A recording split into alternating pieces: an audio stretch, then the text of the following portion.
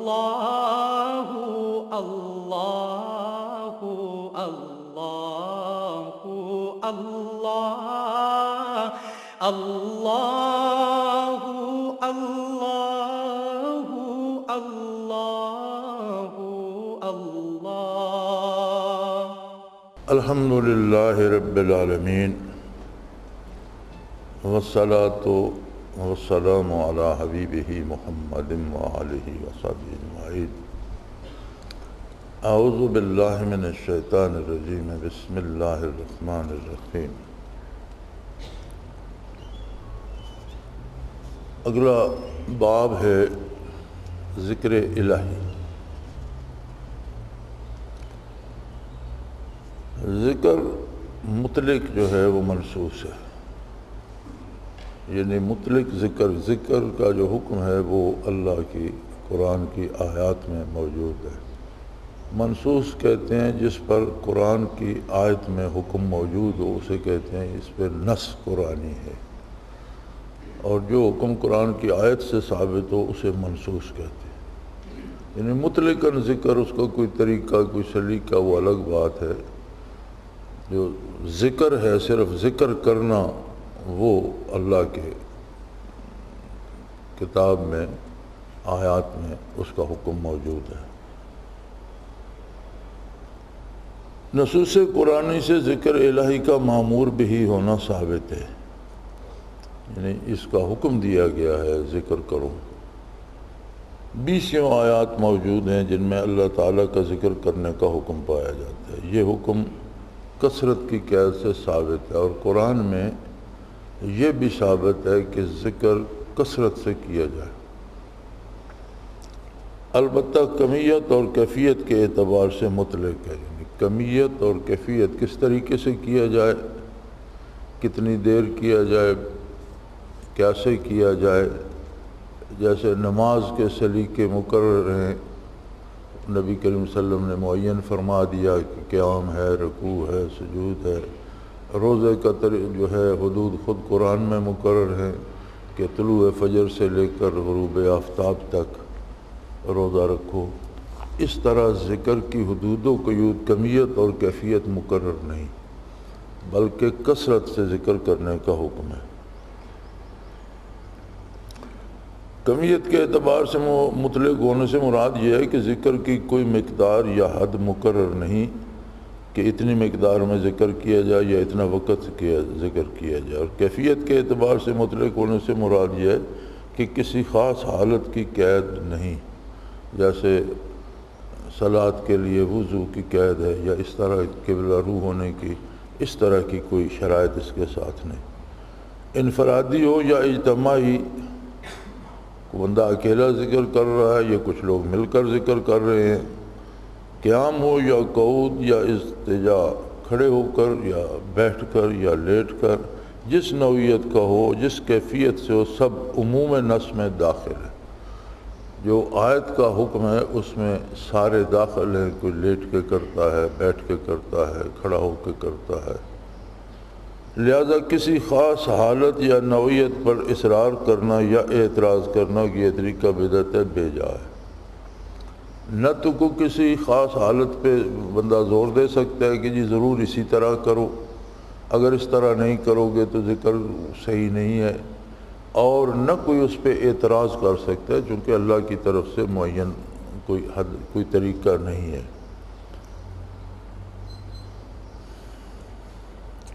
ایسا اعتراض ذکر الہی سے مانع ہونے کے مترادف ہے، اور ایسے شخص کے لیے وعید ہے۔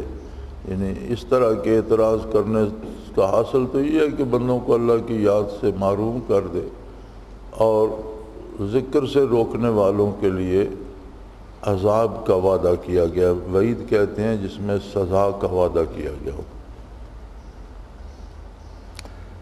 الذین یصدون عن سبیل اللہ ویبغونہا عوجا،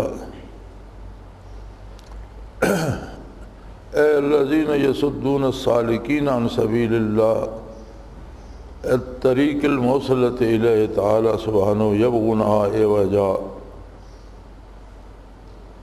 یصفونہا ما ينفر السالك منها من الزيغ والمیل عن الحق كالبدعة والرياء۔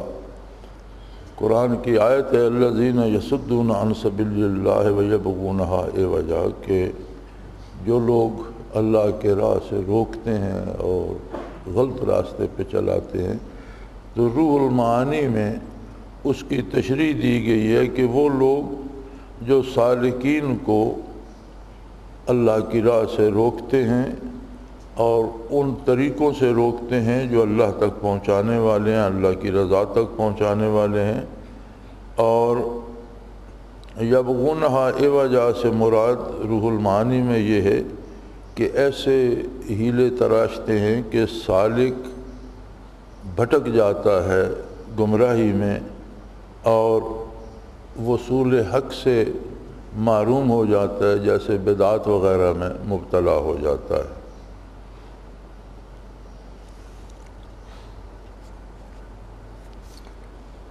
ذکر الہی کے مطلق ثابت ہونے کے بعد یہ اعتراض بھی بے جا ہوگا کہ ذکر سے مراد صرف فرض نماز، تلاوت قرآن، تسبیح و تعلیل اور نوافل ہی ہیں۔ بعض حضرات یہ بھی کہتے ہیں نا کہ نماز ہے ذکر ہو گیا، تسبیحات پڑھ لیں ذکر ہو گیا، نوافل بھی ذکر ہے۔ صوفیہ کا طریقہ جو مروجہ ضربات وغیرہ سے کیا جاتا ہے وہ اس سے خارج ہے۔ جڑا صوفی ذکر کر دیں مختلف لطائف سے ضربے لگاتے ہیں، یہ اس میں شامل نہیں ہے، چونکہ ذکر مطلق ہے، اس لیے تمام اذکار اور اذکار کی تمام صورتیں اس کے افراد ہوں گے۔ ذکر چونکہ مطلق ذکر کا صرف ذکر کا حکم ہے، اس لیے وہ کسی بھی صورت سے کیا جائے اس حکم میں شامل ہوگا۔ نماز اور نوافل، تلاوت قرآن، استغفار، لا الہ الا اللہ موجود یا اللہ موجودن یا صرف اللہ ہو یا درود شریف اسی ذکر مطلق کے افراد ہوں گے۔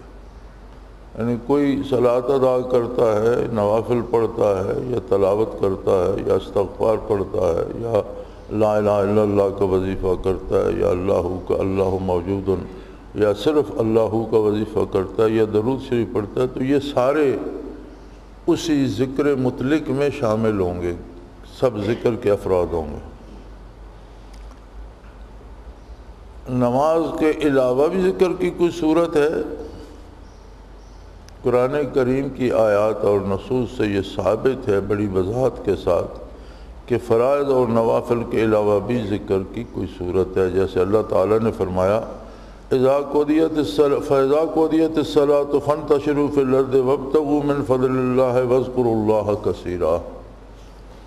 سورہ جمعہ میں ہے کہ جب صلاۃ پوری ہو جائے، فاذا قضیت الصلاۃ، صلاۃ مکمل ہو جائے، فانتشروا فی الارض، تو روئے زمین پر پھیل جاؤ۔ جب صلاۃ مکمل ہو گئی، جمعہ مکمل ہو گیا، تو جاؤ اپنا اپنا کافہ، وابتغوا من فضل اللہ، اپنی روزی تلاش کرو، کاروبار کرو، واذکروا اللہ کثیرا، اللہ کا ذکر کثرت سے کرتے رہو۔ تو فرمایا نماز کا تو بیان ہو گیا کہ نماز تو مکمل ہو گئی، اب یہ ذکر کو اس کے علاوہ بھی ہے۔ اسی طرح فرمایا رجال لا تلہیہم تجارت ولا بیع عن ذکر اللہ واقام الصلاۃ۔ اس آیہ کریمہ میں ارشاد ہے کہ وہ ایسے لوگ ہیں جنہیں کاروبار یا تجارت، خرید و فروخت اللہ کے ذکر سے اور نماز کے قائم کرنے سے نہیں روکتا۔ تو دونوں کا الگ الگ، صلاۃ کا ذکر الگ آ گیا اور ذکر کثیر کا ذکر الگ آ گیا۔ اللہ کریم کا ارشاد ہے فَإِذَا قَضَيْتُمُ الصَّلَاةَ فَاذْكُرُوا اللَّهَ قِيَامًا وَقُعُودًا وَعَلَىٰ جُنُوبِكُمْ فَإِذَا اطْمَأْنَنْتُمْ فَأَقِيمُوا الصَّلَاةَ إِنَّ الصَّلَاةَ كَانَتْ عَلَى الْمُؤْمِنِينَ كِتَابًا مَّوْقُوتًا۔ جب نماز پوری ہو چکے تو زمین میں چلو پھرو، خدا سے روزی طلب۔ اچھا یہ پچھلے ترجمہ۔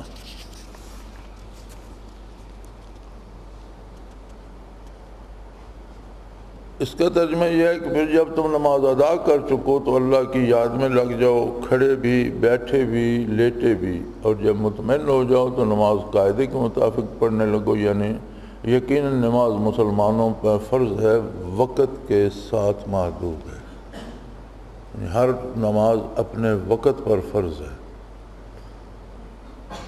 تو یہاں بھی نماز کے علاوہ ذکر کا حکم ہے۔ پس پہلی آیت سے ثابت ہے کہ نماز سے فارغ ہو جاؤ تو کاروبار دنیا کرو اور اللہ کو کثرت سے یاد کرو۔ ظاہر ہے کہ دنیا کا کاروبار نماز سے جدا ہے۔ دوسری آیت میں ذکر الہی کے بعد نماز ذکر ہوا ہے، ان دونوں کو عطف معطوف کی صورت میں پیش کیا گیا۔ تیسری آیت میں اول و آخر نماز کا بیان ہے، درمیان میں ذکر الہی اور ہر حالت میں ذکر کرنے کا حکم ہوا جو نماز سے الگ ہے۔ نماز اوقات سے مقید ہے، ذکر الہی کے ساتھ کثرت کی قید ہے، اس کے ساتھ وقت کی قید نہیں، اوقات کی قید سے منافی ہے، کیونکہ اوقات کی ایک حد متعین ہے۔ پس نماز کے علاوہ بھی ذکر الہی کی صورتیں ثابت ہو گئی۔ ان آیات سے ثابت ہوتا ہے کہ نماز بھی ذکر الہی ہے، لیکن جس ذکر کا حکم کثرت سے دیا جا رہا ہے وہ نماز کے علاوہ کوئی ذکر ہے۔ تلاوت قرآن کے علاوہ بھی کوئی ذکر ہے، یعنی خود تلاوت قرآن بھی تو ذکر الہی ہے، لیکن کیا اس کے علاوہ بھی ذکر کی کوئی صورت ہے؟ فرمایا قال رسول اللہ صلی اللہ علیہ وسلم علیک بتلاوت القرآن و ذکر اللہ عز و جل ذکر لک فی السماء و نور لک فی الارض۔ حضور صلی اللہ علیہ وسلم نے فرمایا تلاوت قرآن کو لازم پکڑ اور ذکر الہی کیا کر، کیونکہ اس سے آسمان میں تیرا ذکر ہوگا اور زمین میں تیرے لیے نور ہوگا۔ تو حضور نے ارشاد فرمایا کہ تلاوت بھی ضروری، یعنی تلاوت کو لازم پکڑ، چاہیے کہ روزانہ تھوڑا ہو زیادہ ہو لیکن قرآن کریم کو روزانہ کھولے، روزانہ پڑھے۔ اور یہ جو کچھ لوگوں نے طریقہ بنا لیا ہے کہ یہ فلاں صورت میں روز پڑھتا ہوں، فلاں آیت میں روز پڑھتا ہوں، یہ اس طرح درست نہیں کہ صرف اسی صورت یا آیت کو پڑھتا رہے اور قرآن کریم پڑھنا چھوڑ ہی دے۔ اگر کوئی کسی خاص صورت کا وظیفہ پڑھتا ہے تو پڑھتا رہے، لیکن اس کے ساتھ قرآن کو مسلسل صورت فاتحہ سے لے کر والناس تک پڑھنا ضروری ہے، کیونکہ سارا قرآن پڑھنے، سمجھنے اور عمل کرنے کے لیے ہے۔ قرآن کوئی دنیا کے وظیفوں کے لیے نہیں ہے کہ اس سے فلاں صورت پڑھو تو دولت ملے گی، فلاں پڑھو تو ٹھیک ہوگا۔ تو بہرحال تلاوت قرآن کو لازم پکڑے، یعنی ضروری رکھے اپنے روزانہ کے پروگراموں میں۔ اللہ کے بندے دن کی ابتدا قرآن سے کرتے ہیں اور رات کی ابتدا بھی قرآن سے کرتے ہیں۔ اچھی بات ہے کہ دن شروع ہو تلاوت کر کے شروع کرے اور رات تلاوت کر کے سو جائے، اول آخر قرآن کریم ہو، تھوڑی کرے زیادہ کرے۔ دوسرا یہ ہے کہ جب ہم تلاوت کرتے بھی ہیں تو ہمیں یہ جلدی ہوتی ہے کہ میں نے اتنے سپارے پڑھ لیے، آج میں نے اتنا ختم کر لیا۔ بات یہ ہے کہ اگر کوئی ایک آیت بھی پڑھے اور اسے سمجھ لے تو شاید وہ بہت سارا پڑھنے سے اسے زیادہ نفع دے جائے، چونکہ قرآن پڑھنے، سمجھنے اور سمجھ کر اس پر عمل کرنے کے لیے۔ تلاوت قرآن اور ذکر اللہ میں عطف ہے جس سے تغیر ثابت ہوا۔ عطف معطوف اصطلاح ہے گرامر کی، یہ ایک نہیں ہوتے، جس پر عطف ہوتا ہے وہ کوئی دوسری چیز ہوتی ہے، معطوف جو ہوتا ہے وہ کوئی دوسری چیز ہوتی ہے۔ تو چونکہ دونوں الگ الگ دونوں کا ذکر ہوا، آسان بات یہ ہے کہ دونوں کا ذکر الگ الگ آیا، دو الگ الگ صورتیں۔ ذکر سے مراد تلاوت قرآن ہی نہیں، کیونکہ قرآن پڑھنا تو لفظ تلاوت یا قرأت کے ساتھ بولا جاتا ہے، ذات قرآن پر لفظ ذکر بولا جاتا ہے مگر تلاوت قرآن پر نہیں۔ قرآن کریم کو بھی ذکر کہا ہے اللہ نے، لیکن قرآن پڑھنے کو ذکر نہیں کہا۔ قرآن مجید تو ہر آدمی کو یاد نہیں ہوتا، قرآن کریم کا یاد کرنا یا پورا پڑھنا فرض کفایہ ہے، فرض عین نہیں۔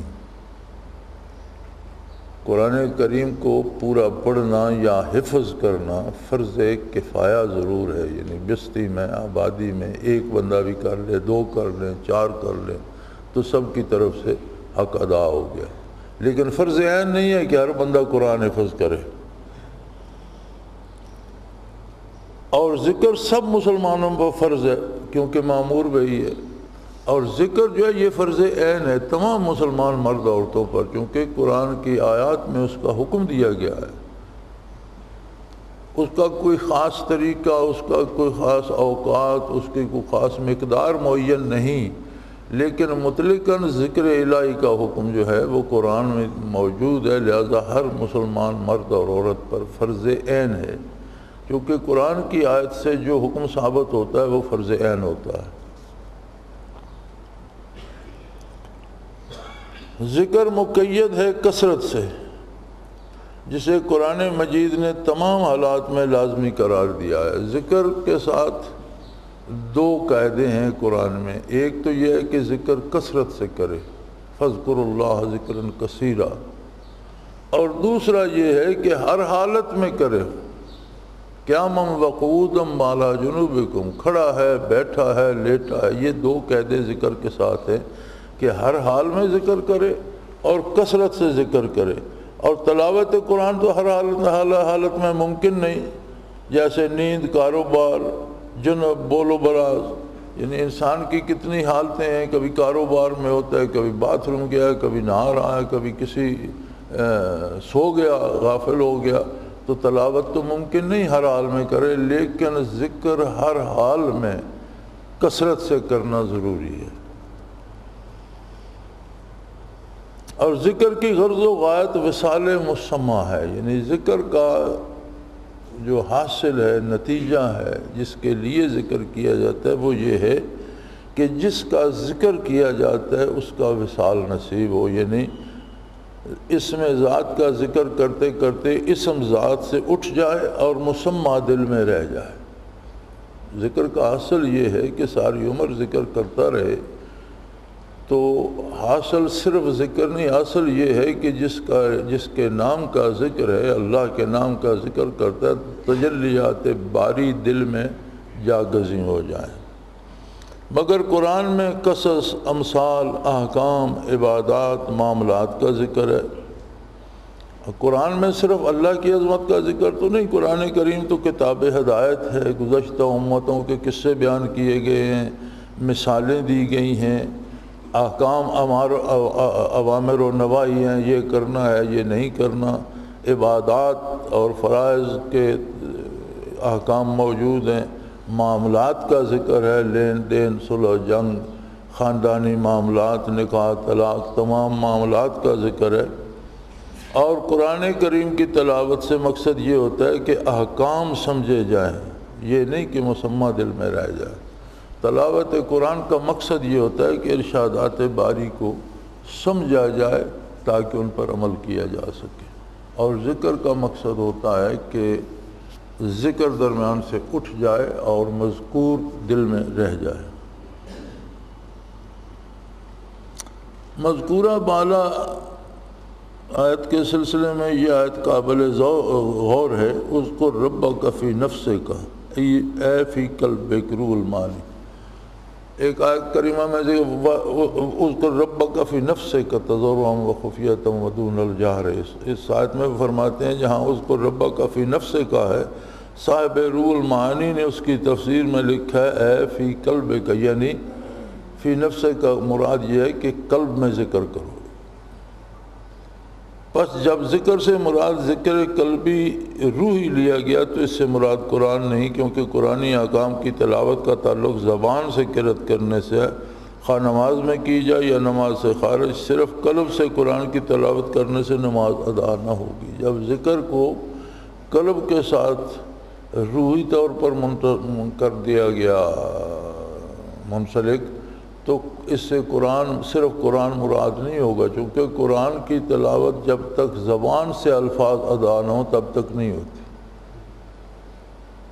اگر ہم قرآن کو دیکھتے رہیں اور دل میں پڑھتے رہیں تو وہ تلاوت نہیں ہوگی جب تک الفاظ زبان سے نہ نکلیں۔ یا آپ صلاۃ میں نماز ادا کر رہے ہیں اور اس میں آپ جب قرآن پڑھتے ہیں تو صرف دل میں پڑھتے ہیں، زبان سے الفاظ ادا نہیں ہوتے تو نماز ادا نہیں ہوگی، چونکہ قرآن کی تو تلاوت ضروری ہے، اور تلاوت کا مطلب ہے الفاظ کا زبان سے نکلنا، اور ذکر جو ہے وہ صاحب روح المعانی کہتے ہیں وَاذْكُرْ رَبَّكَ فِي نَفْسِكَ سے مراد ہے کہ اپنے قلب میں کر، تو پھر یہ تو الگ چیز ہو گئی، صرف تلاوت تو نہ رہی۔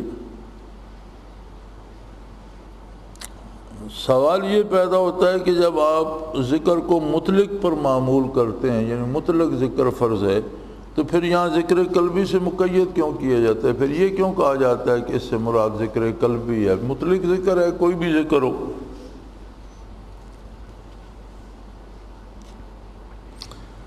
فرمایا ہم نے محض ارخائے عنان کے طور پر کہا تھا، یعنی کثرت کا جو لوگوں کا اکثر عمل یا لوگوں کی جو اکثر رائے ہے اس کے لیے کہا گیا ہے کہ لوگ ذکر کو کثرت نوافل اور نمازوں پر ہی معمول کر لیتے ہیں اور باقی اذکار کو بدعت کہنے لگتے ہیں۔ یعنی لوگوں کا رویہ یا کثرت کی جو رائے وہ یہ ہے کہ نماز، روزہ یا نوافل اور تلاوت اور یہ تو ذکر ہے اور باقی جو اذکار ہیں وہ بدعت ہیں۔ اس لیے فرمایا کہ ہم نے یہ ثابت کیا ہے کہ ذکر سے مراد ذکر قلبی ہے، ہم قید نہیں کر رہے، حالانکہ تمام اذکار عموم نص میں داخل ہیں۔ ہر طرح کا ذکر جو ہے وہ قرآن کے جو آیت ہے اس کے حکم میں داخل ہے۔ اگر کوئی شخص شریعت کے مطابق کام کرتا ہے تو وہ کام کرنا بھی ذکر الہی ہے کہ اس میں اللہ کی یاد موجود ہے۔ ایسا کیوں کیا؟ اللہ کا حکم ہے۔ یہ عملی ذکر ہوتا ہے، یعنی جتنا دل بھر ہم کام کرتے ہیں وہ یا ذکر ہے یا غفلت ہے، یا اس میں اللہ کی یاد موجود ہے کہ یہ اللہ کا حکم ہے، یہ اللہ کے نبی کی سنت ہے، یہ دین کا حکم ہے۔ اگر ہم دین کے مطابق کرتے ہیں تو یقیناً اس میں اللہ کی یاد موجود ہے، یہ عملی ذکر ہے۔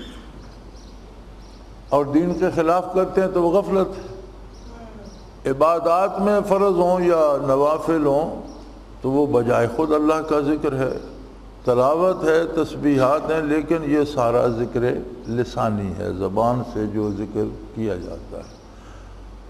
اور ذکر کثیر جس کا حکم دیا گیا ہے قرآن میں، وہ فرماتے ہیں یہ ذکر قلبی ہے کہ زبان سے آپ ذکر کثیر کر ہی نہیں سکتے۔ زبان کو سارا دن آپ نے کاروبار میں بھی استعمال کرنا ہے، اپنی ضروریات میں بھی استعمال کرنا ہے، تو سارا دن زبان کے پاس فرصت نہیں ہوتی کہ وہ جتنی باتیں اور کرتی ہے اس سے زیادہ ذکر کرے، یہ ممکن نہیں ہے۔ لہذا اس سے مراد ذکر قلبی ہے۔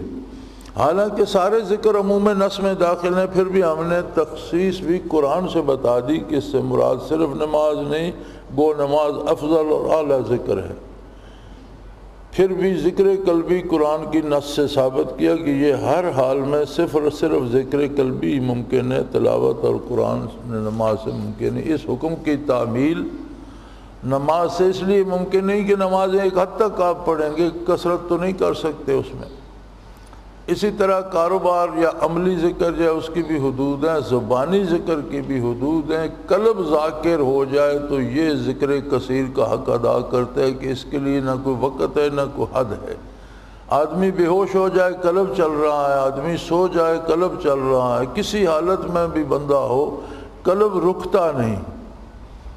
اب کوئی باتھ روم میں جاتا ہے، غسل کرتا ہے تو زبان تو روکے گا، اب زبان سے نہ تو وہ باتھ روم میں درود شریف پڑھے گا نہ کلمہ شریف پڑھے گا، زبان تو اس نے روک لی، لیکن دل کی دھڑکن تو نہیں رکے گی، دل تو چل رہا ہے اور وہ اللہ اللہ کر رہا ہے۔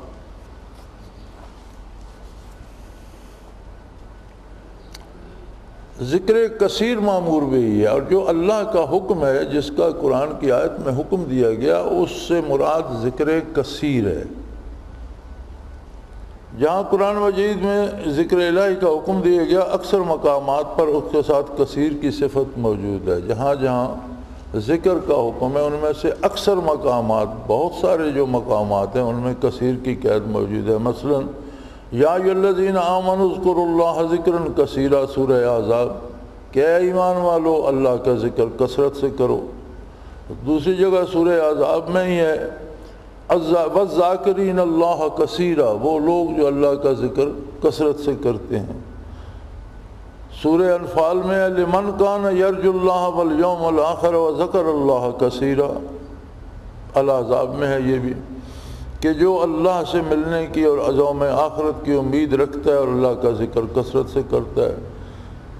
سورہ انفال میں یا ایھا الذین آمنوا اذا لقیتم فئۃ فاثبتوا واذکروا اللہ کثیرا لعلکم تفلحون کہ اے ایمان والو اگر تم میدان جنگ میں کسی جنگجو پارٹی سے تمہارا مقابلہ آ جائے، فاثبتوا جم کر لڑو، واذکروا اللہ کثیرا ذکر الہی کثرت سے کرتے رہو، لعلکم تفلحون تاکہ تم کامیابی حاصل کر سکو۔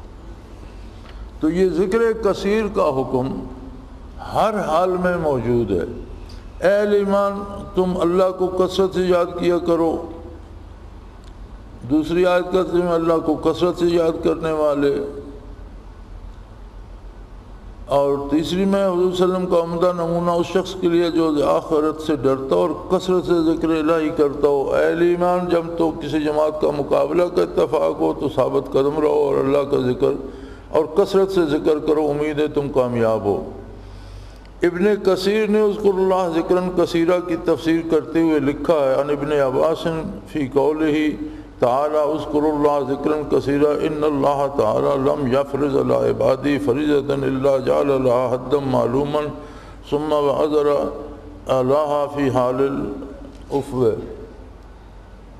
غیر الذکر فإن اللہ تعالی لم یجعل له حدا انتہا الیہ ولم یعذر احدا فی ترکہ الا مغلوبا علی ترکہ فقال اذکر اللہ قیاما وقعودا وعلی جنوبکم باللیل والنہار فی السر والعلانیۃ فی البر والبحر فی السفر والحضر والغنی والفقر والسقم والصحۃ علی کل حال۔ حضرت ابن عباس رضی اللہ تعالی عنہ نے اس مذکورہ آیت کی تفسیر فرمائی کہ اللہ نے اپنے بندوں پر ایسی کوئی عبادت فرض نہیں کی جس کی حد مقرر نہ ہو، یعنی ہر عبادت، روزہ، نماز، حج، سب کی حدود و قیود، اوقات، تعداد مقرر ہے، مگر اور ایک معذور آدمی کا عذر قبول نہ فرمایا اور اس عبادت میں معذور کا عذر بھی قبول کیا ہے۔ روزے احرام کھولنے کے لیے سر منڈانا پڑتا ہے، فرمایا کسی کے سر میں خرابی ہو تو وہ قربانی دے دے، سر نہ منڈائے۔ نماز میں قیام فرض ہے، کوئی کھڑا نہیں ہو سکتا تو اس کا عذر قبول فرمایا، وہ بیٹھ کر پڑھ لے۔ یعنی تمام عبادات کی حدود بھی مقرر ہیں اور ان کے لیے عذر بھی اللہ نے قبول فرمایا ہے، جو معذور ہو اسے معاف بھی فرمایا ہے سوائے ذکر کے، مگر ذکر الہی ایک ایسی عبادت ہے جس کی کوئی حد مقرر نہیں، اور نہ کسی کو ترک ذکر پر معمور فرمایا ہے۔ ہاں جو مغلوب الحال ہو، جب تک کسی کا دماغ سلامت ہے، عقل سلامت ہے، اسے ذکر سے اس کا عذر قبول نہیں فرمایا۔ اٹھ نہیں سکتا، لیٹا ہے، ذکر کرے، کھڑا نہیں ہو سکتا، بیٹھا ہے، فرمایا ذکر کرے۔ ہر حال میں کوئی عذر سوائے اس کے کہ وہ شریعت کا مکلف ہی نہ رہے، اس کا دماغ خراب ہو جائے، اس پر شریعت کے احکام لاگو ہی نہ ہو تو وہ اور بات ہے، اور کوئی حالت بیماری کی ہو، سفر کی ہو، عذر کی ہو، فرمایا صرف جو مغلوب الحال ہو یعنی جو پاگل ہو جائے اس کا معاملہ جدا ہے، اور فرمایا اللہ کا ذکر کرو، کھڑے ہو، بیٹھے ہو، لیٹے ہو، رات ہو، دن ہو، دل سے ہو، زبان سے ہو، خشکی پر ہو، سمندر میں ہو، سفر میں ہو، حضر میں ہو، خوشحال ہو یا اسیر الحال ہو، تندرست ہو یا بیمار ہو، ہر حال میں ذکر کرو۔ عقل و شرب، جنب و طہر، بیع و شراء، خواب و بیداری۔ انسان کی زندگی کو جب تک اس کی عقل سلامت ہے کسی حال میں بھی ذکر سے فارغ رہنے کی اجازت نہیں دی گئی۔ ذکر کی مختلف صورتیں ہیں، ذکر الہی کی 3 صورتیں ہیں۔ اول ذکر لسانی جہری، جیسے آدمی لا الہ الا اللہ، یہ ذکر جہری جو ہوتا ہے اس کی بھی ایک حد ہوتی ہے۔ ایسا ذکر جہری جو ہے وہ پسندیدہ نہیں ہے جو مسجد سے باہر شور جا رہا ہو یا مسجد میں بیٹھے ہوئے لوگوں کو بھی پریشان کر رہا ہو۔ ہاں ایسا جس کی آہستہ آہستہ آواز آ رہی ہو اور اعتدال کے ساتھ آ رہی ہو، ایسا ذکر جہری کرنا بھی جائز ہے، زبان سے ہو اور وہ اس کی آواز آ رہی ہو۔ دوسرا ذکر لسانی سری ہے، دوسری صورت یہ ہے کہ زبان سے ذکر تو کر رہا ہو لیکن آواز دوسرے کو سنائی نہ دے، اسے سری کہتے ہیں۔ یہ دونوں صورتیں بھی جائز ہیں۔ اور تیسری صورت ذکر قلبی روحانی۔ فرمایا پہلی قسم جس میں بہت شور ہو وہ باتفاق علماء بدعت ہے، تمام علماء اس پہ متفق ہیں کہ یہ بدعت ہے، اس کا کوئی جواز نہیں کہ اتنا شور کرے کہ دوسروں کو پریشان کرے۔ ہاں ضرورت کے مقامات خارج ہیں، جیسے اذان، تکبیر، خطبہ، ہاں جن باتوں کو بلند کرنے کا حکم دیا گیا وہ الگ ہے، جیسے اذان بلند آواز سے کہی جائے گی یا تکبیر بلند آواز سے کہی جائے گی یا خطبہ دیا جاتا ہے۔ اجمع العلماء على ان الذکر سرا هو الافضل والجهر بدعة الا في مواضع مخصوصة مست الحاجت فيها، یعنی علماء کا اس بات پر اتفاق ہے، اجماع ہے کہ ذکر سری پوشیدہ ذکر جو ہے وہ افضل ہے جہر سے، اور ذکر جہر جس میں شور کیا جائے وہ بدعت ہے، سوائے مخصوص مواقع کے جیسے جن کی ضرورت ہے، جیسے اذان، خطبہ، تکبیر وغیرہ۔ اس کے علاوہ اگر کوئی بیٹھ کر الا اللہ کی ضربیں لگانا شروع کر دے اس حال میں کہ ساتھ کوئی دوسرا کھڑا ہو کر نماز بھی نہ پڑھ سکے تو یہ بدعت ہے، یہ درست نہیں۔ ذکر قلبی افضل ہے۔ الثالث ذکر الخفی بالقلب والروح والنفس وغیرہ الذی لا مدخل فیہ اللسان هو ذکر الخفی الذی لا یسمع له حفظة اخرج ابو یعلا عن عائشة رضی اللہ تعالی عنہ قالت قال رسول اللہ صلی اللہ علیہ وسلم افضل الذکر خفی الذی لا یسمع له حفظة 70 ضعفا اذا كان يوم القيامة وجمع الله الخلق لحسابهم وجاءت الحفظة بما حفظوا وكتبوا فيقول لهم انظروا هل بقي له شيء فيقولون ما تركنا شيئا مما علمناه وحفظناه الا وقد احصيناه وكتبنا ويقول الله تعالى ان له حسنة لا تعلمه واخبرك به وذكر الخفي قلت وهذا ذكر لا انقطاع له ولا فطور له۔ اللہ اللہ اللہ فرمایا تیسرا ذکر قلب اور روح کے ساتھ ذکر خفی ہے۔ ایک تو ہو گیا نا ذکر جہر جسے علماء نے بدعت کہا جس میں شور شرابہ ہے، دوسرا ہو گیا ذکر لسانی سری، زبان سے تسبیح پڑھ رہا ہے یا اللہ اللہ کر رہا ہے لیکن دوسرے کو پریشان نہیں کر رہا تو وہ جائز ہے، پہلا بدعت ہے۔ تیسرا ہے قلب اور روح کے ساتھ ذکر کرنا، یہ وہ ذکر ہے جس میں زبان کو کوئی دخل نہیں، یعنی قلب سے یا روح سے جب ذکر کیا جاتا ہے تو زبان تو خاموش ہوتی ہے، زبان تالو کے ساتھ لگی ہوتی ہے، حرکت نہیں کرتی زبان کا، اس میں کوئی دخل نہیں، اور جسے کاتبین بھی نہیں سن سکتے، یعنی کرامن کاتبین کو یہ نہیں سنائی دیتا چونکہ ان کی ذمہ داری ہے ما یلفظ من قول الا لدیہ رقیب عتید، زبان سے لفظ نکلے گا وہ انہوں نے لکھنا ہے، وہ اچھا ہے یا برا ہے، ذکر ہے اللہ کی تعریف ہے تو انہوں نے وہ لکھنی ہے، اور اگر زبان ہی خاموش ہے تو وہ ان کی ذمہ داری تو نہیں ہے، نہ وہ قلب کی بات سنتے ہیں نہ ان کی ذمہ داری میں داخل ہے۔ تو حضرت امام ابو یعلا رحمۃ اللہ علیہ نے حضرت عائشہ رضی اللہ تعالی عنہا سے یہ روایت کی ہے کہ حضور اکرم صلی اللہ علیہ وآلہ وسلم نے فرمایا جس ذکر خفی کو ملائکہ کاتبین نہیں سن سکتے اسے غیر ذکر خفی پر 70 گنا زیادہ فضیلت ہے۔ یہ 70 گنا سے مراد ہوتی ہے بہت زیادہ، عربی محاورہ ہے، یہ گن کر نہیں ہوتے، یہ عربی کا ایک محاورہ ہے جسے عربی میں جس کام کو بہت زیادہ کہا یہ کہتے ہیں یہ 70 بار کیا گیا، یعنی بہت زیادہ بار کیا گیا، یہ محاوراتی زبان ہے کہ اس کی بہت زیادہ فضیلت ہے۔ قیامت کے روز یہ حضور صلی اللہ علیہ وسلم کا ارشاد ہے جس کی روایت حضرت عائشہ صدیقہ رضی اللہ تعالیٰ عنہ کر رہی ہیں کہ قیامت کے روز جب اللہ تعالیٰ مخلوق کو حساب کے لیے جمع کرے گا اور کاتبین اپنی تحریریں پیش کریں گے تو اللہ تعالیٰ فرمائے گا دیکھو اس کی کوئی نیکی رہ تو نہیں گئی۔ کرامن کاتبین سے پوچھا جائے گا اس کے سارے اعمال ترازو پہ رکھ دیے کچھ رہ تو نہیں گیا؟ ورز کریں گے ہمیں جو معلوم ہوا سب لکھ لیا، پھر اللہ تعالیٰ فرمائے گا اس کی ایک نیکی ایسی ہے جو تم نہیں جانتے، اور وہ ذکر خفی ہے۔ امام ابو یعلا فرماتے ہیں میں کہتا ہوں کہ ذکر خفی نہ منقطع ہوتا ہے نہ اس میں فطور آتا ہے، یعنی ذکر خفی ایسی نعمت ہے کہ جب قلب ذاکر ہو جاتا ہے تو پھر نہ بے ہوشی سے روکتی ہے، نہ نیند روکتی ہے، نہ بے ہوشی، حتیٰ کہ بندہ مر جاتا ہے، جسم مٹی ہو جاتا ہے، تب بھی لطیفہ قلب ذکر کرتا ہی رہتا ہے، اس کی قبر کے ذرات سے بھی اللہ کا ذکر جو ہے وہ جاری رہتا ہے۔ ذکر خفی کی فضیلت قرآن کریم میں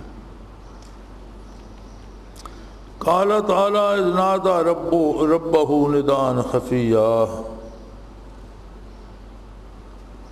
جب اس نے اپنی خفیہ پوشیدہ آواز میں اپنے رب کو پکارا۔ فی هذه الآیات ذکر اللہ تعالی عبدہ صالح رضی اللہ عنہ، اس آیت میں اللہ تعالیٰ نے اپنے ایک نیک بندے کو یاد فرمایا، اس کے فعل یعنی مخفی یاد کرنے کو پسند فرمایا ہے، یعنی اس کے ذکر خفی کو اللہ نے پسند فرمایا۔ پھر اللہ کا حکم ہے وَاذْكُرْ رَبَّكَ فِي نَفْسِكَ تَضَرُّعًا وَخِيفَةً، اللہ کا حکم ہے کہ اپنے رب کو اپنے دل میں یاد کر، نہایت تضرع اور عاجزی کے ساتھ، اور اس کی عظمت سے ڈرتے ہوئے۔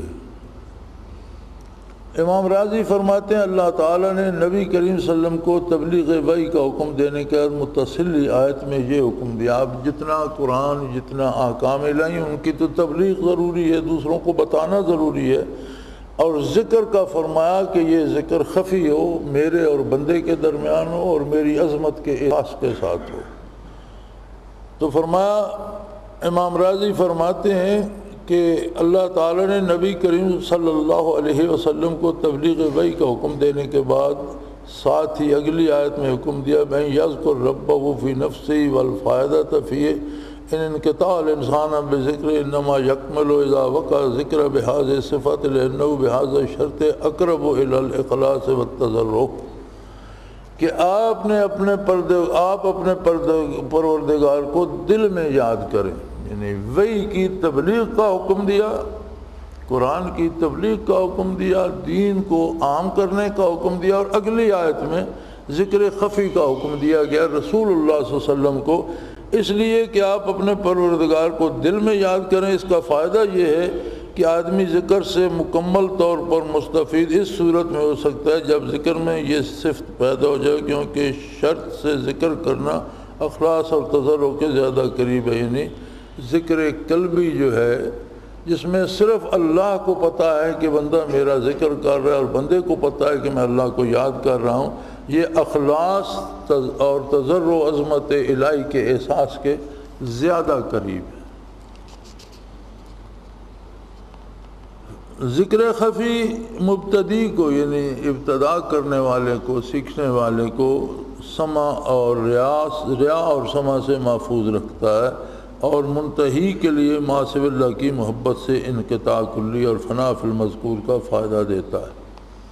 یعنی ذکر خفی جو ہے مبتدی کو، سیکھنے والے کو ریا اور اس سے محفوظ رکھتا ہے، کسی کو نہیں پتہ کہ یہ ذکر کر رہا ہے، کوئی ریاکاری نہیں ہوتی، اور منتہی کو جو آخری منازل میں ہو یا منازل طے کر چکا ہو، اسے مخلوق سے کٹ کر اللہ سے واصل ہونے کی توفیق عطا کرتا ہے۔ جیسا کہ حضور اکرم نے فرمایا من عرف اللہ کل لسانہ،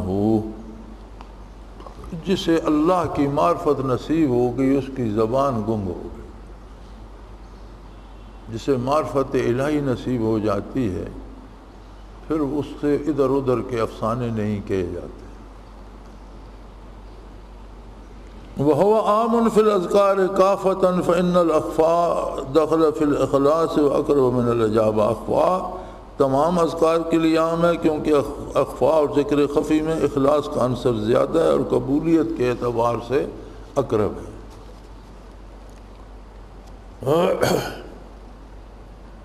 فرمایا عبادت کی قبولیت کا انحصار اخلاص پر ہے، اور ذکر خفی میں سب سے زیادہ اخلاص پایا جاتا ہے، اور عبادت کا مقصد قبولیت ہے۔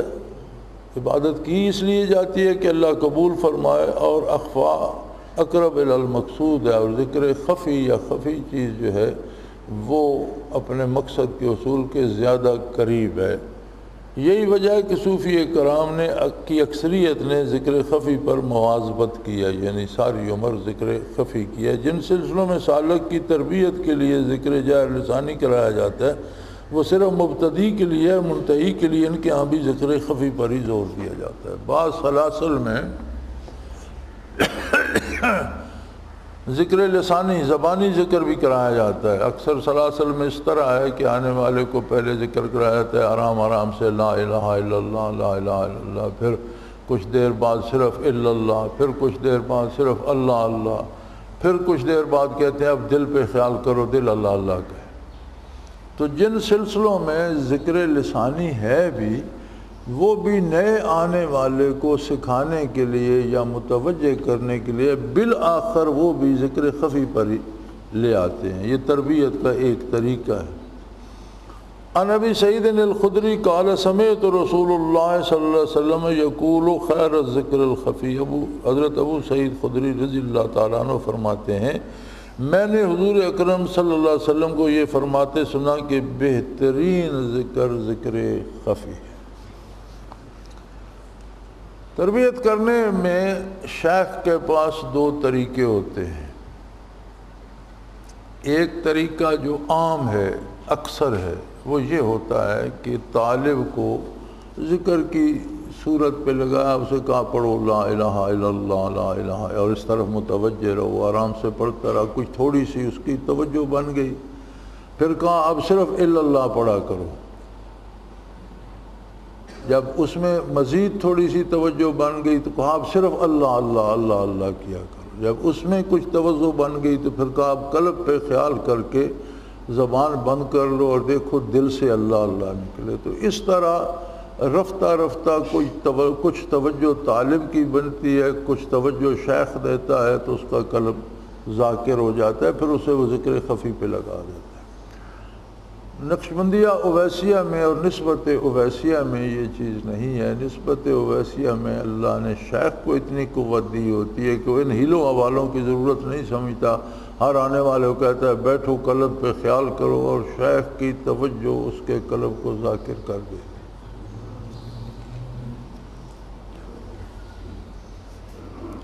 گو ذکر مطلق معمور بھی ہی ہے، مگر ہم نے قرآن و حدیث سے متوارث اور متعامل ذکر کو لیا ہے۔ دین متوارث ہے، یعنی دین ہمیں وراثت میں ملا ہے۔ وراثت ہوتی ہے جو باپ دادا کی چیز ہو، وہ میراث ہوتی ہے، تو دین میں بھی توارث ہے۔ نبی کریم سے صحابہ کرام نے حاصل کیا، صحابہ سے تابعین نے، تبع تابعین نے، متقدمین نے، اسی طرح وراثت میں ہم تک پہنچا۔ حضور اکرم صلی اللہ علیہ وسلم کے بعد کوئی ایسی ہستی نہیں ہے جو دین میں سے کوئی چیز کم کر سکے یا کوئی اس میں زیادہ کر سکے۔ لہذا جیسا متقدمین کو، صحابہ کو، تابعین، تبع تابعین کو، سلف صالحین کو ملا، ویسا انہوں نے ہم تک پہنچایا۔ اسی لیے جو نئی چیز اس میں شامل کی جائے اسے بدعت کہتے ہیں، اور حضور نے فرمایا ہر بدعت گمراہی ہے، اور گمراہی کا انجام دوزخ ہے۔ کل بدعت ضلالہ وکل ضلالۃ فی النار، او کما قال رسول اللہ صلی اللہ علیہ وسلم۔ تو فرمایا مگر ہم نے قرآن و حدیث سے متوارث اور متعال ذکر کو لیا، یعنی ذکر بھی اسی توارث سے ہمیں ملا ہے جس طرح باقی سارا دین ملا ہے، چونکہ اس کا حکم قرآن بطور میراث ہمیں سلف صالحین اور صوفیہ عارفین سے ملا ہے، اور جس کے افضل ہونے پر قرآن و سنت سے واضح دلائل ملتے ہیں۔ ہم حفظ مراتب کو ملحوظ رکھتے ہیں، فرائض کو راس المال سمجھتے ہیں، نوافل کو مرجع منافع کے جانتے ہیں، اور اذکار میں سب سے افضل ذکر قلبی کے سمجھتے ہیں، اور یہ قرآن و سنت کی تعلیم کے عین مطابق ہے۔ تزکیہ قلب اسی سے حاصل ہوتا ہے۔ فرمایا ہم اس میں کوئی غلطی نہیں کرتے، ہر حکم کے درجے کا لحاظ رکھتے ہیں کہ کون سا حکم کس درجے کا ہے۔ ہم بھی فرائض کو راس المال یعنی اصل سرمایہ فرائض کو سمجھتے ہیں، اور نوافل کو منافع کے طور پر سمجھتے ہیں، اور اذکار میں ہم سب سے افضل ذکر قلبی کے سمجھتے ہیں کہ یہ قرآن اور سنت کی تعلیم کے عین مطابق ہے، اور تزکیہ قلب اسی سے حاصل ہوتا ہے، ذکر خفی سے تزکیہ قلب حاصل ہوتا ہے۔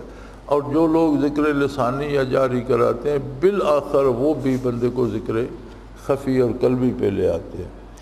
تزکیہ قلب ہی حقیقی کامیابی کا ذریعہ، یہ جو تزکیہ قلب جسے قرآن نے کہا ہے دل کی پاکیزگی، حقیقی کامیابی کا انحصار اسی پر ہے۔ فرمایا کما قال اللہ تبارک و تعالی ان الذین اتقوا اے مسہم طائف من الشیطان تذکروا فاذا هم مبصرون، ان الذین اتقوا اذا مسہم طائف من الشیطان تذکروا فاذا هم مبصرون۔ فرمایا اے اذا مسہم الشیطان بالوسوسۃ التشویش وارسال السطور وارخاء الحجاب علی القلب تذکروا اللہ تعالی وذکروا اسمہ ثم اذا تذکروا اعرض اللہ عنہم ویرفع حجبہ ویبصر قلب الذاکر۔ یقیناً جو لوگ تقوی اختیار کرتے ہیں جب ان کو کوئی خطرہ شیطان کی طرف سے آتا ہے تو اللہ کی یاد میں لگ جاتے ہیں، سو یکا یک ان کی آنکھ کھل جاتی ہے۔ یعنی جب متقی لوگوں کو شیطان کی طرف سے وسوسہ اور پریشانی ہوتی ہے، ان کے دل پر شیطان پردے ڈالنے کی کوشش کرتا ہے، تو اس وقت وہ اللہ کو یاد کرتے ہیں اور اللہ کے نام کو یاد کرتے ہیں، تو اللہ ان کے دل پر سے پردے اٹھا دیتا ہے اور ذاکر کا دل دیکھنے لگتا ہے، اسے حقیقت نظر آ جاتی ہے، شیطان کے شر سے محفوظ ہو جاتا ہے۔ معلوم ہوا کہ ذکر الہی موقوف ہے تقوی پر، اور تقوی باب ہے ذکر الہی کا۔ یعنی ذکر کا فائدہ تب ہے کہ آدمی متقی ہو، اللہ کے ساتھ اس کا تعلق درست ہو، اور جس کا تعلق اللہ کے ساتھ درست ہو اسے ذکر نصیب ہو جاتا ہے۔ یہ دونوں ایک دوسرے کے لازم و ملزوم ہیں، متقی ہوگا تو ذاکر ہوگا، ذاکر ہوگا تو تقوی نصیب ہو جائے گا۔ اور ذکر الہی باب ہے کشف کا، ذکر الہی سے مشاہدات نصیب ہوتے ہیں، اور کشف باب ہے فوز کبیر کا، جو معرفت الہی اور مشاہدات اللہ کی عظمت کو جاننے کا سبب بنتے ہیں، جو حقیقی کامیابی ہے۔ شیطان اپنے دو استعمال کرتے ہیں مگر اس کی تدبیریں کمزور ہیں، بشرطے کے مقابل میں اللہ کا بندہ ہو۔ شیطان اپنی کوشش تو کرتا ہے لیکن اللہ کے بندوں پر اس کی تدبیر نہیں چلتی، اس لیے کہ اللہ ان کے ساتھ ہوتا ہے۔ اور اگر بندہ ہی اللہ کا نہ ہو، دنیا کا ہو، ذکر اذکار سے بھی مراد دنیا ہو، لوگوں میں اپنا نام کرنا ہو، شہرت بنانا ہو یا دولت جمع کرنا ہو، تو پھر تو شیطان کے قابو آئے گا۔ لیکن مقصد رضائے باری جن کا ہوتا ہے، جو صرف اللہ کے بندے ہوتے ہیں، ان پر شیطان کا دو نہیں، ان کید الشیطان کان ضعیفا، شیطان کے دو بہت کمزور ہوتے ہیں۔ بندہ ہوا نہ ہو، جیسے اللہ تعالیٰ نے فرمایا ان کید الشیطان کان، آگے یہی آیت بطور دلیل دی گئی ہے کہ شیطان کا مکر جو ہے وہ کمزور ہوتا ہے، لیکن ان لوگوں کے لیے جو اللہ کے بندے ہیں، جو اللہ کے طالب ہیں۔ شیطان کا فسون ذکر الہی سے رفع ہو جاتا ہے اور اللہ والوں پر اس کا تسلط نہیں ہوتا۔ ان عبادی لیس لک علیہم سلطان، اللہ کے جو بندے ہیں اور جو اللہ کی رضا کے لیے ہمہ وقت اللہ کو یاد کرتے ہیں، ان پر شیطان مسلط نہیں ہو سکتا۔ جیسے اللہ کریم نے ارشاد فرمایا کہ میرے بندوں پر تیرا دور نہیں چلے گا۔ ہاں، شیطان کا تسلط شیطان کے اپنے دوستوں پر ضرور ہوتا ہے۔ انما سلطانہ علی الذین یتولونہ، شیطان کا زور ان پر ضرور چلتا ہے جو شیطان ہی کا دوست بن جاتے ہیں، یعنی شیطان کی بات مان لیتے ہیں، جن کا عقیدہ یا کردار ایسا ہو جاتا ہے جیسا شیطان مشورے دیتا ہے، ان پر پھر شیطان کا دور چلتا ہے، انہیں وہ لگام ڈال کر اپنی مرضی سے چلانے کی کوشش کرتا ہے۔ اور جب شیطان غالب آ گیا تو ذکر الہی دل سے نکل گیا، خواہش نفس نے دل میں ڈیرے ڈال دیا۔ اگر شیطان غالب آ گیا تو اس کا نتیجہ یہ ہوتا ہے کہ پھر ذکر قلبی نصیب نہیں ہوتا، ذکر خفی نصیب نہیں ہوتا، پھر دل میں خواہشات نفس آ جاتی ہیں اللہ کے نام کی جگہ۔ جیسے اللہ تعالیٰ کا ارشاد ہے، استحوذ علیہم الشیطان فانساہم ذکر اللہ اولئک حزب الشیطان الا ان حزب الشیطان هم الخاسرون۔ جیسا اللہ کا ارشاد ہے کہ جب شیطان نے ان پر قابو پا لیا تو ان کو اللہ کی یاد سے بھلا دیا، اللہ کا نام ان کے دل سے بھلا دیا۔ اور ایسے لوگ شیطان کے فوجی ہیں، شیطان کے لشکری ہیں، شیطان کی جماعت سے ہیں۔ اور یاد رکھو جو شیطان کی جماعت میں شامل ہو گیا وہ بہت زیادہ نقصان میں ہے، اس کا کچھ نہیں بچا۔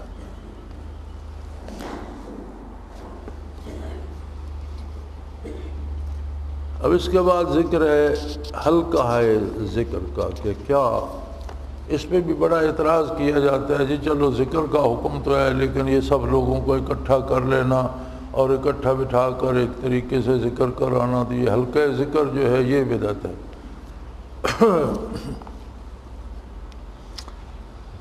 گزشتہ باب میں یہ بیان ہو چکا کہ ذکر الہی کمیت اور کیفیت کے اعتبار سے مطلق ہے، یعنی یہ بات تو ہو گئی کہ ذکر الہی پر کوئی طریقہ سلیقہ وقت کوئی قید نہیں، کمیت اور کیفیت سے مراد یہ کتنا کیا جائے، کس وقت کیا جائے، یہ کوئی قید نہیں، مطلق ذکر کا حکم ہے۔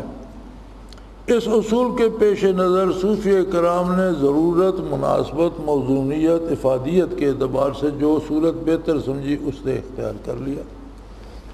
یعنی جب مطلق ذکر کا حکم ہے تو اب ہر وہ طریقہ جو خلاف شریعت نہ ہو وہ جائز ہوگا۔ یعنی ذکر کے بہانے سے آپ کوئی ایسی حرکت کریں جو شریعت کے خلاف ہو وہ جائز نہ ہوگی۔ شرعی طریقے کے اندر جتنے طریقے ہیں، کوئی ایک بندہ بیٹھ کے ذکر کرتا ہے، کوئی 10 مل کے کرتے ہیں، 50 مل کے کرتے ہیں، کس طرح کرتے ہیں، کتنی دیر کرتے ہیں، یہ سوال نہیں ہوگا، اس سب کا جواز ہوگا، چونکہ کوئی ایک طریقہ جو ہے وہ متعین نہیں فرمایا گیا، تو یہ سب جائز ہوں گے بشرطے کہ شریعت کے خلاف نہ ہوں۔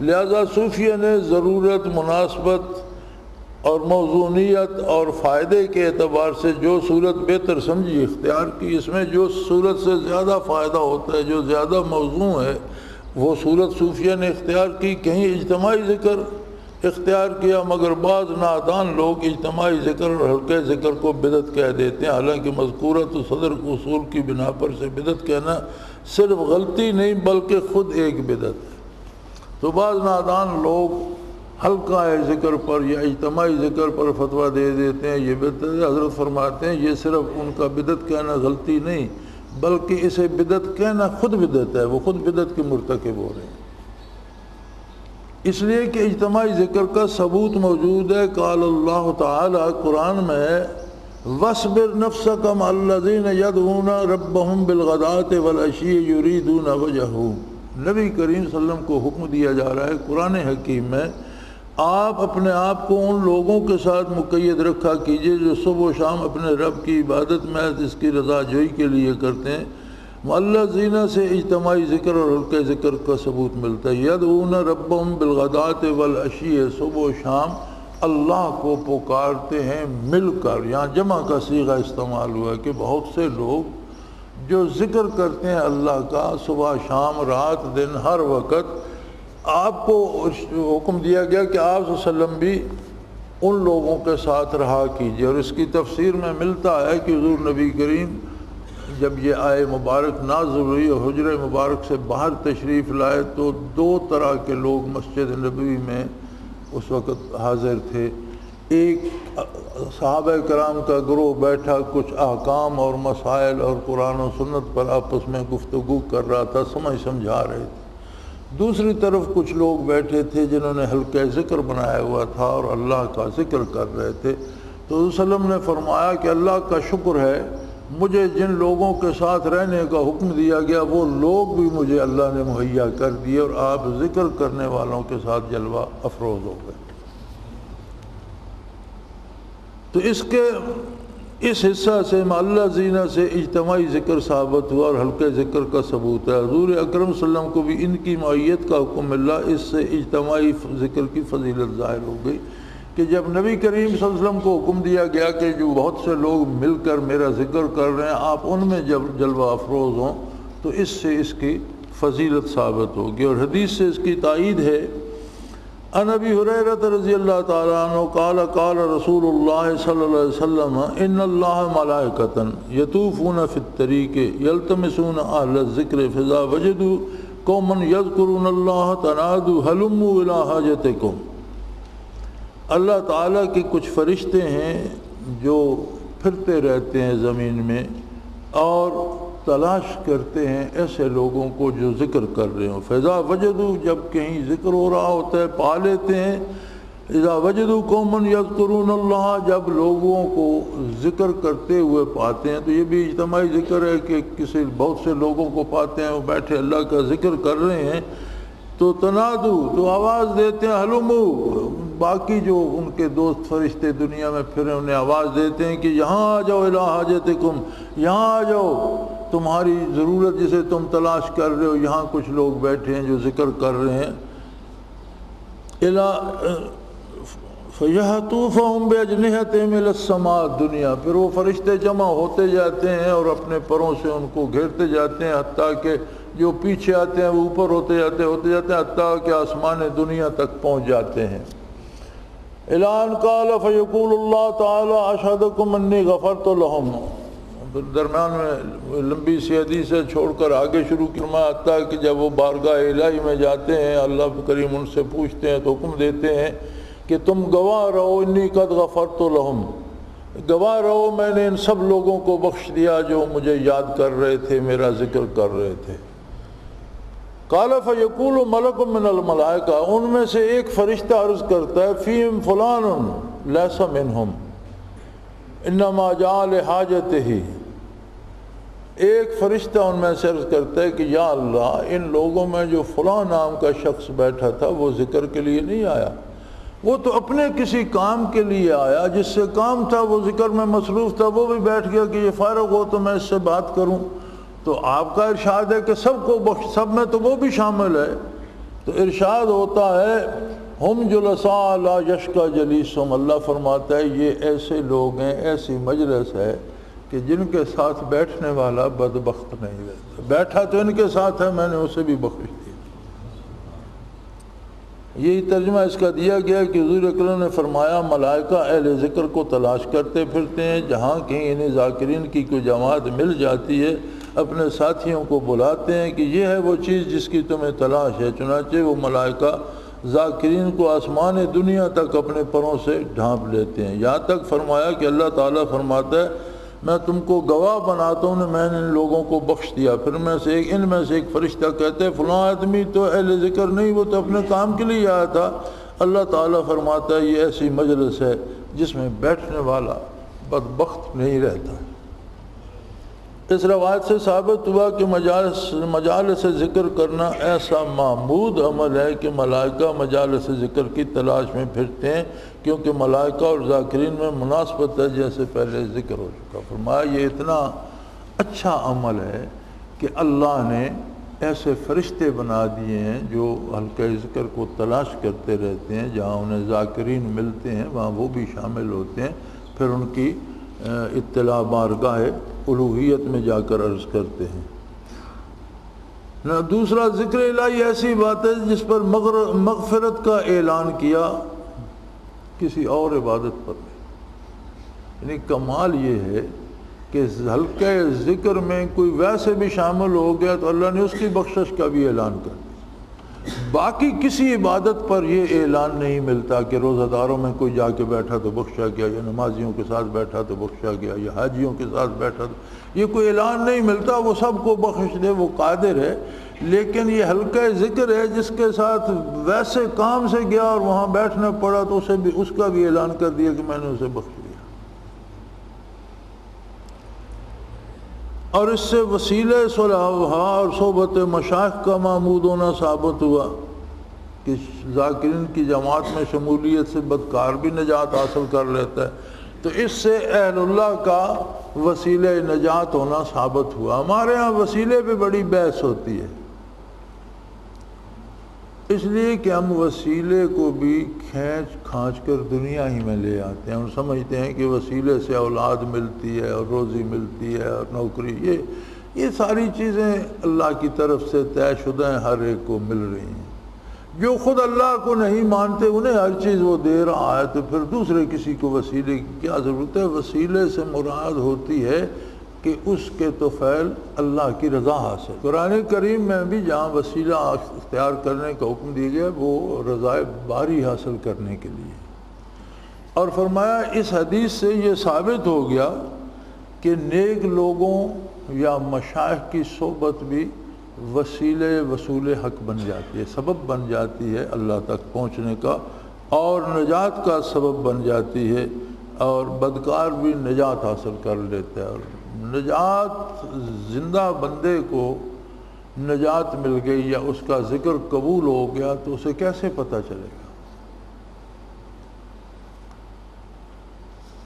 نبی کریم صلی اللہ علیہ وسلم نے بدر کے بعد ارشاد فرمایا کہ جو لوگ بدر میں شامل تھے اب اس کے بعد یہ کچھ بھی کریں اللہ نے جنت ان کے لیے مقرر کر دی، یہ جنت میں جائیں گے۔ کسی نے عرض کی یا رسول اللہ شرک کریں، زنا کریں، چوری کریں؟ فرمایا کچھ بھی کریں۔ اس پہ جب محدثین ارشاد فرماتے ہیں کہ یہ کیسی عجیب بات ہے کہ حضور اکرم نے کوئی قید نہیں لگائی، فرما دیتے کہ شرک نہ کریں تو جنت میں جائیں گے، یا وہ بدکاری نہ کریں، کوئی کہ فرمایا جو جی چاہے کریں یہ جنت میں جائیں گے۔ تو وہاں جو ہیں حدیث پہ جو علماء تشریح کرتے ہیں یا لکھتے ہیں یا بحث کرتے ہیں وہ فرماتے ہیں کہ اس سے مراد یہ ہے کہ بدر میں شمولیت سے انہیں اللہ نے ایک خاص حفاظت عطا کر دیا، اب ان سے ہر وہ کام ہوگا جو جنت کے لیے سزاوار ہے، یعنی اللہ انہیں ایسے ہی کاموں کی توفیق، اس لیے فرمایا جو جی چاہے کریں، ان کا جی چاہے گا ہی ان کاموں کو جو اہل جنت کو سزاوار ہے۔ سو ذکر کی مجلس میں بیٹھنے سے جی نجات ہو گئی۔ اب بندے کے پاس معیار کیا ہے کہ میری نجات ہو گئی؟ اگر تو اس کے کردار کی اصلاح ہو گئی، اگر تو وہ مجلس ذکر سے گیا تو برائی چھوٹ گئی، نیکی، تو اس کا مطلب ہے اس کا مجلس میں بیٹھنا قبول ہو گیا۔ اور اگر یہ نتیجہ نہیں ہے اور ویسے ہی سمجھے پھرے، برائی کرے، سود کھائے، شراب پیے، چوری کرے، بددیانتی کرتا ہو، تو پھر اس کا مطلب ہے کہ جس طرح شیطان چکر لگاتا رہتا ہے کہ کسی طرح میں ان سے ذکر روک سکوں، یہ بھی ان میں سے ایک تھا کہ ذکر میں خلل ڈالنے کے لیے بیٹھا رہا اور ویسے ہی بدبخت اٹھ کر چلا گیا۔ کیونکہ جس کی نجات ہوگی اس حدیث کے مطابق، جیسے اہل بدر کے بارے علماء فرماتے ہیں کہ جب حضور نے فرمایا جو چیز جی چاہے کریں، تو اس کا مطلب یہ ہے کہ ان کا جی چاہے گا انہی کاموں کو جو اہل جنت کو زیب دیتے ہیں۔ یعنی اللہ نے بدر میں شمولیت سے ان کے دلوں میں یہ تبدیلی پیدا کر دی کہ ان جنت کے مکین بن گئے۔ تو اللہ کے بندوں کی صحبت میں بیٹھنے سے یا اللہ کی یاد سے اگر نجات نصیب ہوئی تو اس کا مطلب ہے کردار بھی اور ایمان صحیح ہو جائے گا، دل میں خلوص آ جائے گا، عملی زندگی تبدیل ہو جائے گی اور نیکی اختیار کر لے گا۔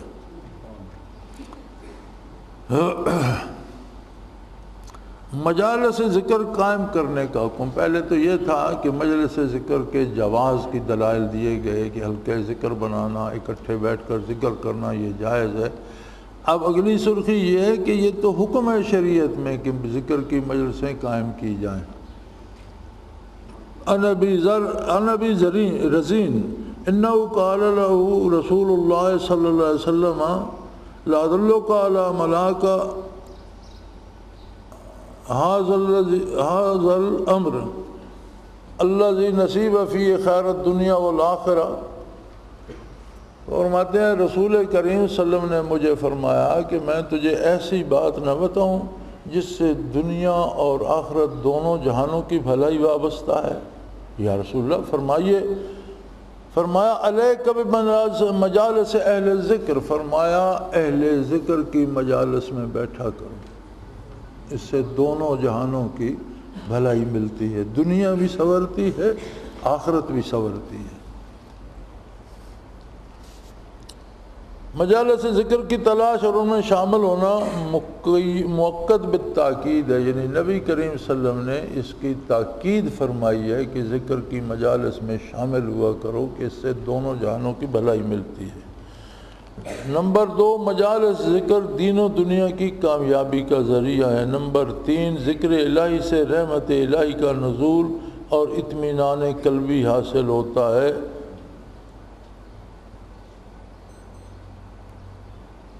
وَلَنِعْمَ مَا قِیلَ، کسی شاعر نے کیا خوب گایا نا، مِنَ الرِّجَالِ لَا يَخَافُ جَلِيسُهُمْ، شاعر نے کہا ہے انا من الرجال لا یخاف، میں ان لوگوں میں سے ہوں جن کے پاس بیٹھنے والے ڈرا نہیں کرتے۔ ریب الزمان ولا یرا ما یرہبو، نہ زمانے کی گردش سے ڈرتے ہیں نہ آنے والے حادثات سے ڈرتے ہیں، بلکہ انہیں قرب الہی وصال الہی نصیب ہو جاتا ہے، مخلوق کا ڈر ان کے دلوں سے نکل جاتا ہے۔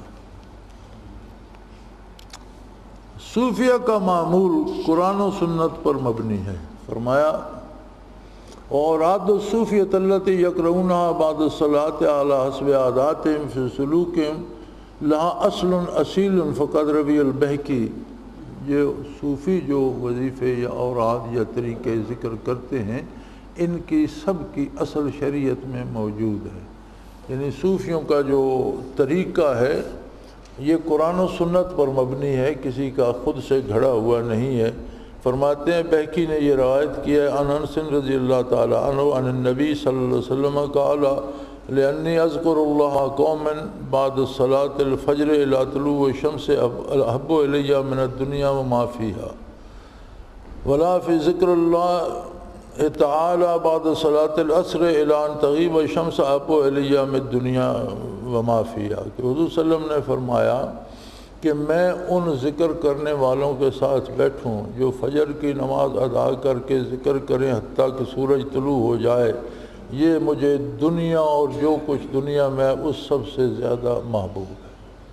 اور حضور فرماتے ہیں کہ میں ذکر کرنے والوں کے ساتھ بیٹھوں عصر کی نماز ادا کر کے حتیٰ کہ سورج غروب ہو جائے، یعنی مغرب تک ذاکرین کے ساتھ ذکر کروں، یہ مجھے دنیا اور جو کچھ دنیا میں اس سب سے زیادہ محبوب ہے، یہ حضور کا ارشاد ہے۔ وروی ابو داؤد عنہ انہ صلی اللہ علیہ وسلم قال لأنی اقعد مع قوم یذکرون اللہ تعالی من الصلاة الغداة حتى تطلع الشمس احب الی من ان آتک اربۃ من ولد اسماعیل ولا فی اقعد من قوم یذکرون اللہ من الصلاة العصر ان تغرب الشمس احب الی من آتک اربۃ۔ دوسری حدیث ہے ابو داؤد میں، حضور صلی اللہ علیہ وسلم نے فرمایا کہ میں ذکر کرنے والوں کے ساتھ بیٹھوں عصر سے مغرب ہو جائے یا فجر کے بعد بیٹھوں تو سورج طلوع ہو جائے اور ان کے ساتھ اللہ کا ذکر کر دوں، یہ مجھے اس سے زیادہ محبوب ہے کہ میں اولاد اسماعیل علیہ السلام کے 40 غلام آزاد کروں، اس سے زیادہ مجھے یہ عمل محبوب ہے۔ روی ابو نعیم انہ صلی اللہ علیہ وسلم قال مجالس الذکر تنزل علیہم السکینہ وتخف بهم الملائکہ وتغشاہم الرحمہ ویذکرہم اللہ تعالی۔ مجالس ذکر جو ہیں حضور صلی اللہ علیہ وسلم نے فرمایا کہ ان پر سکون و اطمینان نازل ہوتا ہے، دلوں کو قرار آتا ہے، اور فرشتے ان کو پروں سے ڈھانپ لیتے ہیں اور ان کو اللہ کی رحمت ڈھانپ لیتی ہے، اور اللہ ان کا ذکر کرتا ہے۔ فرمایا فاذکرونی اذکرکم، تم مجھے یاد کرو، میرا ذکر کرو، میں تمہاری بات تم سے اعلیٰ مخلوق میں کروں گا۔ اللہ انہیں یاد فرماتا ہے، ان پر کرم فرماتا ہے۔ روی احمد مسلم انہ صلی اللہ علیہ وسلم قال لا یقعد قوم یذکرون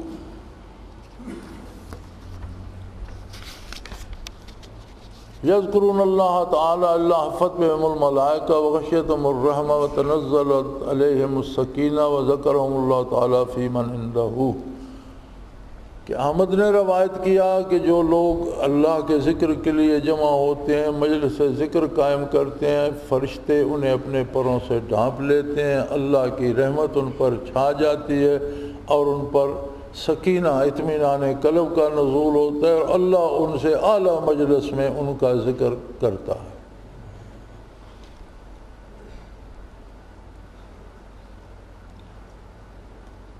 وَذَا ثَبَتَ أَنَّ لَمَّا يَتَعَادَ الصُّوفِيَّةُ مِنْ اجْتِمَاعِهِمْ عَلَى الْأَذْكَارِ وَالْأَوْرَادِ بَعْدَ الصُّبْحِ وَغَيْرِهَا أَصْلٌ مِنَ السُّنَّةِ وَمَا ذَكَرُوا فَلَا اعْتِرَاضَ عَلَيْهِمْ، یعنی جب یہ ثابت ہو گیا کہ صوفیاء جو ذکر فجر کو یا شام کو یا فجر سے طلوع شمس تک یا عصر سے مغرب تک یا مغرب سے عشاء تک جو اذکار جن اوقات میں صوفیاء کرتے ہیں یہ سنت سے ثابت ہیں، تو پھر اعتراض کرنے کا کیا فائدہ؟ جب نبی کریم صلی اللہ علیہ وسلم نے اس کا حکم دیا ہے اور سنت میں احکام موجود ہیں، خود حضور نے ذکر کیا ہے، اس کی فضیلتیں بیان کی ہیں، تو پھر اعتراض کرنے کا کیا فائدہ؟